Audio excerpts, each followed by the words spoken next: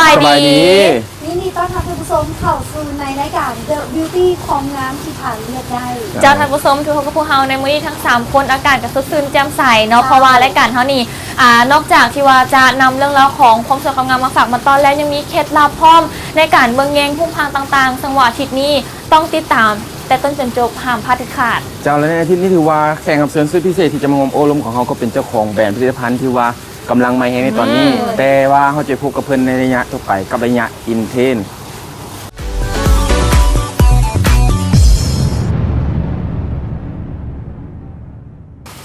และสำหรับตอนนี้เขามาสู่ในระยะอินเทรนเนาะซึ่งว่าอยู่กับอีกหนึ่งผลิตภัณฑ์ที่กำลังได้รับความนิยมสูงในปัจจุบันนี้กับแบรนด์ Charming นั่นเองเนาะซึ่งว่าได้อยู่กับเจ้าของผลิตภัณฑ์และก็เป็นตัวแทนจำหน่ายกันแล้วสบายดี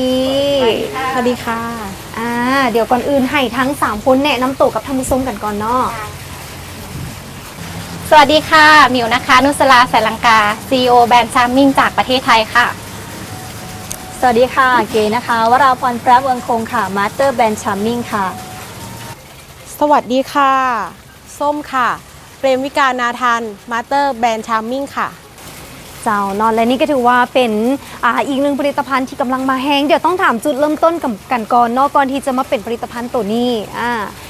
ค่ะมิวก็เริ่มต้นจากการเป็นแม่ค้าออนไลน์นะคะขายผลิตภัณฑ์บำรุงผิวหน้ามาหลายตัวนะคะทุกตัวนะคะล้วนใช้เองเทสเองค่ะทีเนี้ยเรารู้สึกว่ามันยังไม่ตอบโจทย์ค่ะเราจึงได้คิดค้นผลิตภัณฑ์ตัวนี้ขึ้นมานะคะนั่นก็คือ Charming นั่นเองค่ะผลิตภัณฑ์ของเรานะคะก็มีให้เลือกหลายแบบนะคะไม่ว่าจะเป็นแบบเซตหรือแบบแยกก็ได้นะคะลูกค้าสามารถเลือกได้ตามสภาพผิวเลยนะคะเดย์ครีมนะคะตัวนี้นะคะจะช่วยลดสิวบำรุงผิวกระจ่างใสนะคะค่ะตัวต่อไปนะคะก็คือไนท์ครีมนะคะตัวนี้สารสกัดจากดอกโสมนะคะที่ผ่านกระบวนการหมักนะคะเพื่อที่เราใช้ในบริเวณดอกนะคะเพราะว่าดอกมีสารซาโปนินค่อนข้างเยอะนะคะช่วยให้ผิวหน้ากระจ่างใสนะคะแล้วก็ช่วยยับยั้งการเกิดเม็ดสีเมลานินได้ด้วยซึ่งเป็นสาเหตุของการเกิดฝ้ากระจุดด่างดำค่ะตอนนี้ใช้ได้แม้ผิวบอบบางแพ้ง่ายเลยนะคะและยังมีสารสกัดอีกหลายตัวนะคะไม่ว่าจะเป็นอัลฟาอะบูตินนะคะนาโนไวท์นะคะช่วงนี้จะช่วยให้ผิวขาวกระจ่างใสแล้วก็มีโซเดียมไฮยาลูรอนเนตนะคะแล้วก็วิตามิน B3 นะคะช่วยให้ผิวชุ่มชื่นตลอดทั้งวันค่ะแล้วสำหรับผลิตภัณฑ์ตัวต่อไปดีค่ะตัวต่อไปก็จะเป็นเซรั่มเห็ดนะคะ Formate Officinalis Attack นะคะเป็นสารบริสุทธิ์เข้มข้นที่สกัดจากเนื้อเยื่อของเห็ดค่ะตัวนี้ช่วยกระชับรูขุมขนนะคะลดรอยเหี่ยวย่นของผิวชะลอการเกิดริ้วรอยก่อนวัยอันควรและที่สำคัญค่ะทำให้ผิวแข็งแรงเพิ่มความชุ่มชื่นให้กับผิวหน้าของเราค่ะค่ะตัวต่อไปนะคะ ก็จะเป็นสบู่เต้าหู้นะคะตัวนี้ก็จะเป็นโปรตีนจากถั่วเหลืองนะคะช่วยฟื้นฟูผิวให้นุ่มชุ่มชื่นนะคะดูมีคอลลาเจนดูสุขภาพดีนะคะแล้วก็จะมีชาโคนะคะที่ช่วยดูดซับสิ่งตกค้างบนใบหน้านะคะช่วยดีท็อกผิวสำหรับผิวหน้าที่ติดสารสเตียรอยด์นะคะแล้วก็ช่วยควบคุมความมันนะคะซึ่งเป็นสาเหตุหลักของการเกิดสิวนะคะนอกจากนี้ก็จะมีส่วนประกอบอีกหลายตัวเลยไม่ว่าจะเป็นสาหร่ายวากาเมะนะคะแล้วก็ดอกไอริสสารสกัดจากมะละกอนะคะซึ่งแต่ละตัวก็จะมีคุณสมบัติที่โดดเด่นแตกต่างกันเลยนะคะสาหร่ายวากาเมะนะคะก็จะช่วยให้ผิวหน้าของเรากระจ่างใสขึ้นนะคะสำหรับดอกไอริสนะคะก็จะช่วยลดการเกิดสิวนะคะแล้วก็ยับยั้งการเกิดสิวใหม่ได้เป็นอย่างดีนะคะสำหรับสารสกัดจากมะละกอนะคะก็จะเป็น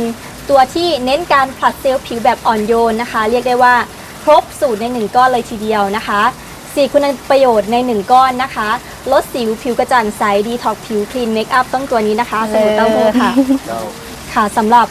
วิธีการใช้นะคะเริ่มแรกก็จะเป็นตอนเช้าเนาะก็จะล้างหน้าด้วยสบู่เต้าหู้นะคะสบู่เต้าหู้ตัวนี้ก็จะล้างหน้าทำความสะอาดก่อนหลังจากนั้นก็เราจะมาลงตัวนี้นะคะเป็นตัวเซรั่มนะคะค่ะตัวเซรั่มเห็ดวิธีการใช้ก็จะบีบหยดใส่มือนะคะแล้วก็ลูบเพื่อที่จะวอร์มเซรั่มก่อนแล้วก็ทาบนใบหน้านะคะค่ะหลังจากนั้นก็จะใช้ตัวเดย์ครีมนะคะอันนี้ก็จะทาตอนเช้านะคะแล้วก็ทากันแดดแต่งหน้าได้ตามปกติเลยนะคะตอนเย็นก็ ล้างหน้าเหมือนเดิมนะคะ ด้วยสบู่เต้าหู้ตัวนี้นะคะ แล้วก็ ตามด้วย ลง เซรั่ม เซรั่มนะคะ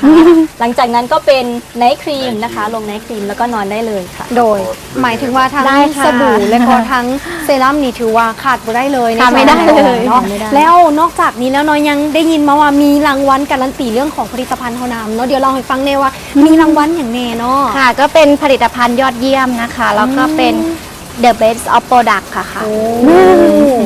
อันนี้ถือว่าได้รับดลแล้วบ่รางวัลค่ะ เมื่อปีที่แล้วค่ะ อีกแล้วเนาะเจ้าเนาะและสำหรับเรื่องของผลิตภัณฑ์เขาแสดงว่าเปิดตัวมาโดนแล้วบ่ ใช่ค่ะ ปีนี้เข้าปีที่ 3 แล้วค่ะ ว้าวถือว่า3 ปีแล้วเนาะ ใช่ แต่ว่าหลายคนนี่อาจจะข้องใจว่าเป็นอย่างเนาะสำหรับผลิตภัณฑ์ของคนนี้จึงอยู่มาได้แค่3 ปี และก็มีการพัฒนาเรื่อยๆเนาะเดี๋ยวจากนั้นเขาจะมีอีก 2 ตัวแทนที่จะมาไขข้อกระจ่างแจ้ง แต่ว่าในตอนนี้ขอขอบใจทั้ง 2 ตัวแทนหลายๆที่ว่ามาร่วมสัมภาษณ์ในรายการเนาะขอบใจหลายๆ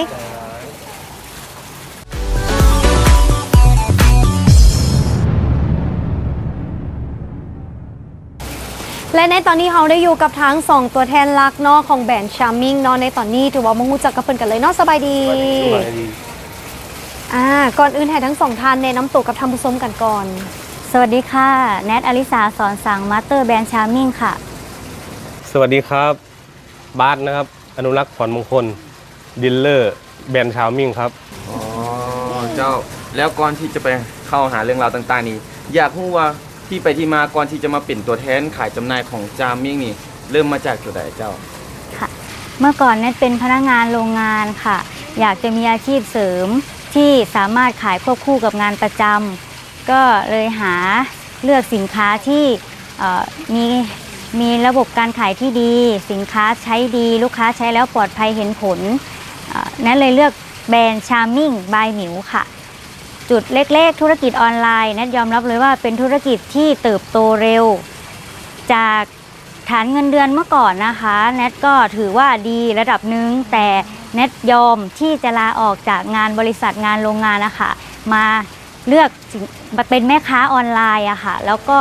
พยายามทำเต็มที่มีเวลาดูแลลูกทีม ครับ มีเวลาดูแลครอบครัวค่ะ ก็เลือกตัดสินใจแล้วอาชีพแม่ค้าออนไลน์สามารถทำให้แนทพลิกชีวิตจากติดลบอะค่ะมีชีวิตที่ดีขึ้นมากค่ะแล้วแนทเลือกแล้วมั่นใจแล้วว่าธุรกิจเนี้ยจะต้องเติบโตมุ่งต่อไปในอนาคตได้แน่นอนนะคะ ก็เลยเป็นชุดพลิกชีวิตเลย ใช่ค่ะพลิกชีวิตค่ะ เนาะแล้วทั้งฝ่ายชายของเดฟองรู้สึกว่าจะเป็นผู้ชายเนาะแต่ว่าตัดสินใจมาขายเป็นประเภทเครื่องสำอางในการเบิ่งแย้งผิวหน้าจุดเริ่มต้นของพี่บาสนะครับพี่บาสเริ่มต้นด้วยการสั่งซื้อมาลองใช้กับตัวเองก่อน ใบหน้าตัวเองมีปัญหาในเรื่องสิวครับมีเรื่องสิว ก็เริ่มต้นซื้อมาใช้หลักร้อยราคาหลักร้อยเป็น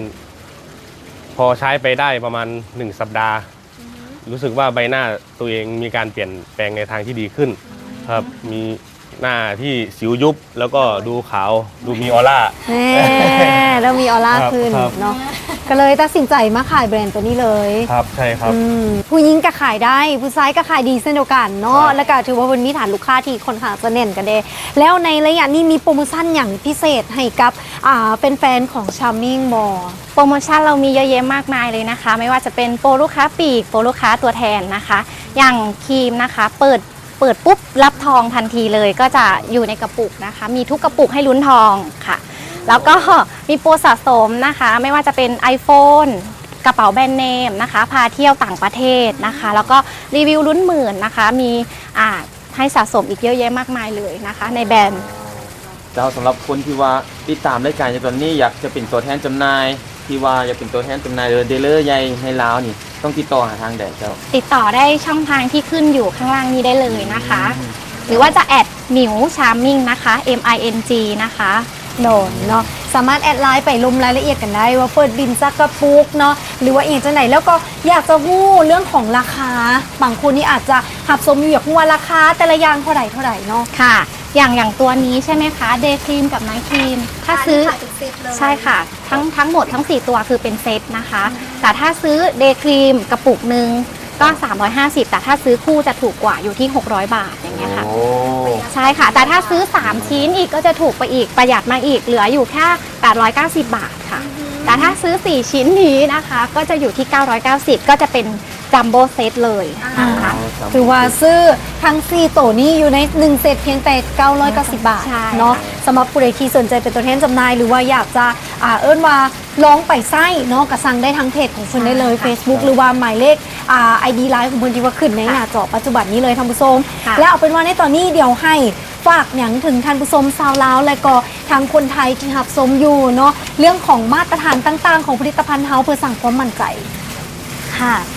ตลอดระยะเวลา 3 ปีนะคะ มีตัวแทนเพิ่มขึ้นยอดขายเพิ่มขึ้นนะคะ ตัวแทนมีกำไรหลักหมื่นหลักแสนหลักล้านและหลายล้านบาทนะคะ อย่างตัวแนทเองก็เป็น